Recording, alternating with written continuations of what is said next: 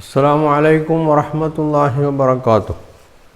അൽഹംദുലില്ലാഹി വസ്സലാത്തു വസ്സലാമു അലാ റസൂലില്ലാഹി വഅലാ ആലിഹി വസഹ്ബിഹി അൽ ഫായിസീന ബില്ലാഹി അമ്മാ ബഅദ്. പ്രിയ സഹോദരങ്ങളെ, ഇനി ലോകാടിസ്ഥാനത്തിൽ പരിശോധിച്ചാൽ ലൈബ്രറിൻ്റെ കാര്യം നമ്മൾ പറഞ്ഞു കഴിഞ്ഞ എപ്പിസോഡിൽ.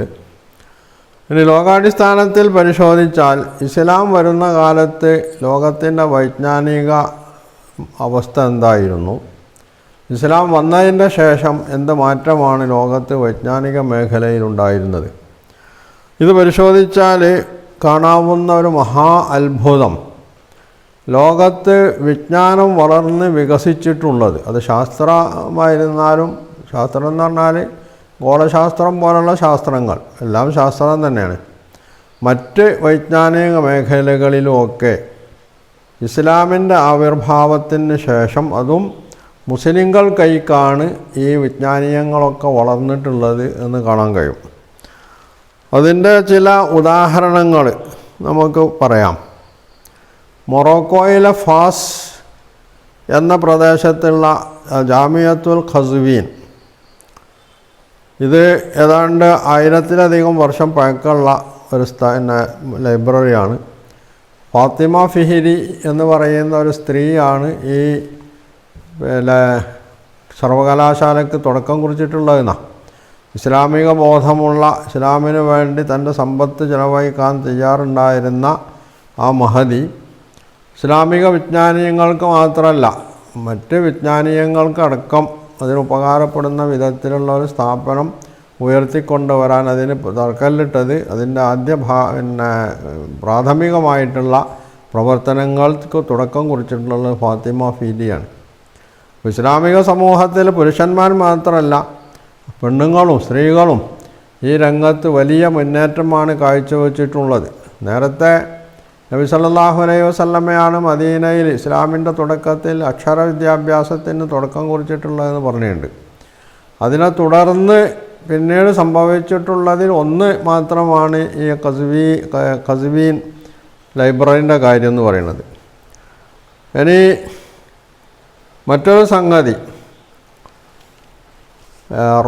ബാബ റോമ, അതായത് റോമൻ മാർപ്പാപ്പയായിരുന്ന പോപ്പ് സിൽവസ്റ്റർ, ഈ പോപ്പ് സിൽവസ്റ്റർ അദ്ദേഹത്തിന് റാഹിബ്, ഒരു സന്യാസി എന്നുള്ള നിലക്കാണ് അദ്ദേഹം അറിയപ്പെടുന്നത്.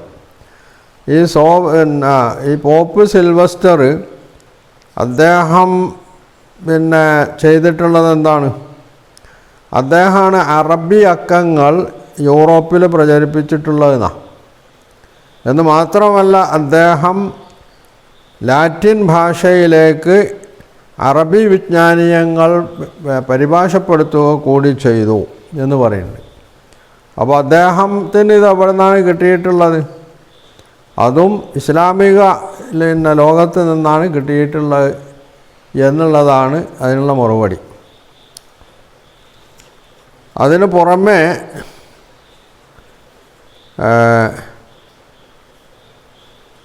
റോമൻ നിയമത്തിൽ തന്നെ ഈ പോപ്പ് വലിയ മാറ്റങ്ങൾ വരുത്തിയിട്ടുണ്ടെന്നാണ്. റോമൻ നിയമത്തിൽ മാറ്റങ്ങൾ വരുത്തിയിട്ടുള്ളത് ഇസ്ലാമിക നിയമങ്ങളുടെ ചുവട് പിടിച്ചുകൊണ്ടാണ്.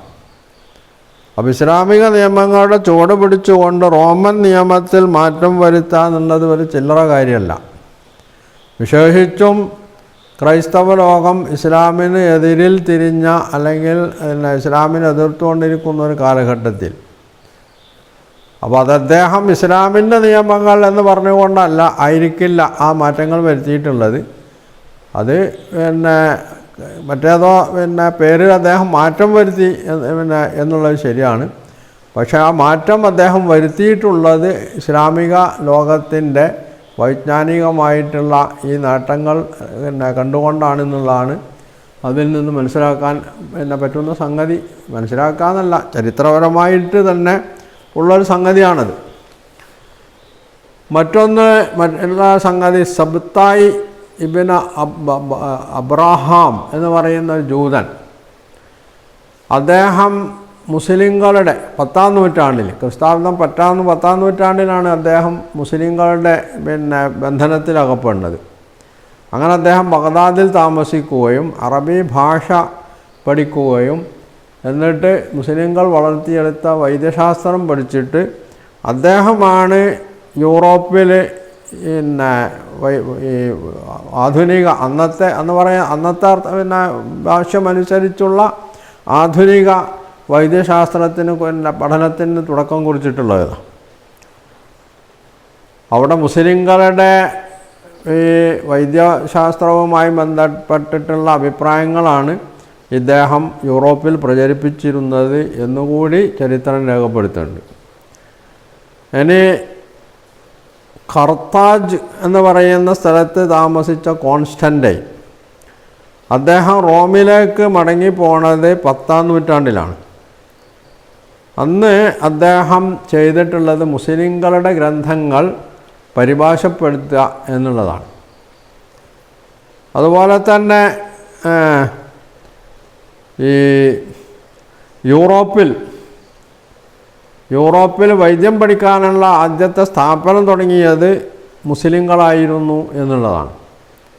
യൂറോപ്പിൽ ആദ്യത്തെ വൈദ്യശാസ്ത്രം പഠിക്കാനുള്ള സ്ഥാപനം തുടങ്ങുന്നത് മുസ്ലിങ്ങളാണ്. ഇറ്റലിയിലാണ് അത് തുടങ്ങിയിട്ടുള്ളത്.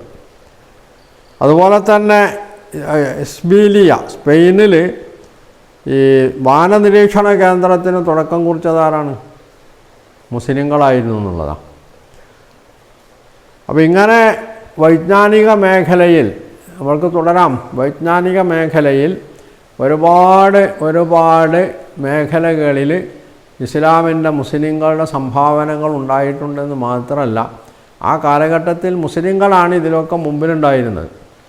ഇതൊക്കെ മറച്ചു വെച്ചുകൊണ്ടാണ് നമ്മളെ ജബ്ബാർ മാഷ് മുസ്ലിങ്ങൾ എക്കാലത്തും വിദ്യാഭ്യാസത്തിനെതിരായിരുന്നു, വൈജ്ഞാനിക മേഖലയിൽ അവർ പിന്നിലായിരുന്നു എന്ന് പറഞ്ഞത്. ഇത് ഇസ്ലാമിൻ്റെ ഈ എങ്ങനെയുള്ള നാസ്തികന്മാരല്ലാത്ത കുറച്ചൊക്കെ നിഷ്പക്ഷമായി ചിന്തിക്കുന്ന ഇസ്ലാമിൻ്റെ ശത്രുക്കൾ പോലും ഇത്തരത്തിലുള്ള ആരോപണം ഉന്നയിക്കാൻ തയ്യാറാവില്ല. ആ സ്ഥാനത്താണ് ജബ്ബാറിനെ പോലുള്ള ആളുകൾ ഇസ്ലാമിനെ നശിപ്പിക്കാൻ കച്ചകെട്ട് ഇറങ്ങിയെന്ന് പറഞ്ഞിട്ട് ഇത്തരത്തിലുള്ള നട്ടാൽ മുളക്കാത്ത നുണ പറഞ്ഞിട്ട് പ്രചരിപ്പിക്കുന്നത്. മലയാളത്തിൽ ഉളുപ്പ് പറഞ്ഞ 2-3 അക്ഷരങ്ങളുള്ള ഒരു പദമുണ്ട്. ഇതില്ലാത്തവർക്ക് പിന്നെ എന്താ പറഞ്ഞുകൂടാത്തത്? അതാണ് ഇവിടെ ജബ്ബാറും ആളുകളും ഒക്കെ ഇസ്ലാമിനും മുസ്ലിങ്ങൾക്കും എതിൽ ഉന്നയിക്കുന്ന ഈ ആരോപണങ്ങളിൽ അടങ്ങിയിട്ടുള്ളത് എന്നാണ്.